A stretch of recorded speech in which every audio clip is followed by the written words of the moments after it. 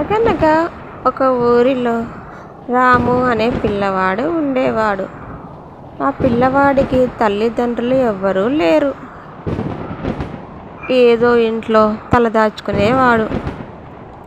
తన ఇల్లు వర్షం వచ్చినప్పుడు అలా కురుస్తూ ఉండేది. ఒక అనాథ. ఆ పిల్లవాడు ఊర్లో ప్రతి ఒక్కరింటికి వెళ్ళి ఏదైనా ఇస్తే తీసుకొని తినేవాడు.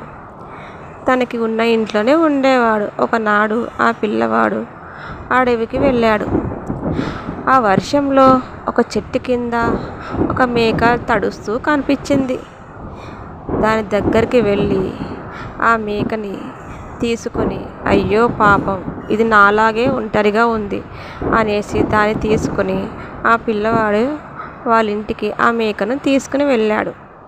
ఆ రాత్రంతా ఆ మేకని తన ఇంటి బయట కట్టేశాడు. పగలు లేచి చూసేసరికి ఆ మేక వెనకాల గోళ్ళు కనిపించింది. ఏంటబ్బా, ఈ మేక గోళ్ళు కనిపించింది, ఈ మేక గోళ్ళు తెచ్చిందా అంటే ఇది మాయ మేక అని ఆ గోల్డ్ తీసుకొని తన పూరే గుడిసెలోకి వెళ్ళాడు. వెళ్ళి ఆ గోల్డ్తో మంచి ఇల్లు కట్టుకొని తను వివాహం చేసుకున్నాడు. చూసారా ఫ్రెండ్స్, మనుషులకి సాయం చేసే కన్నా పశువులకి చేస్తే అవి విశ్వాసంతో పడుంటాయి. అది విశ్వాసంతో బంగారం ఇచ్చింది తన యజమానికి.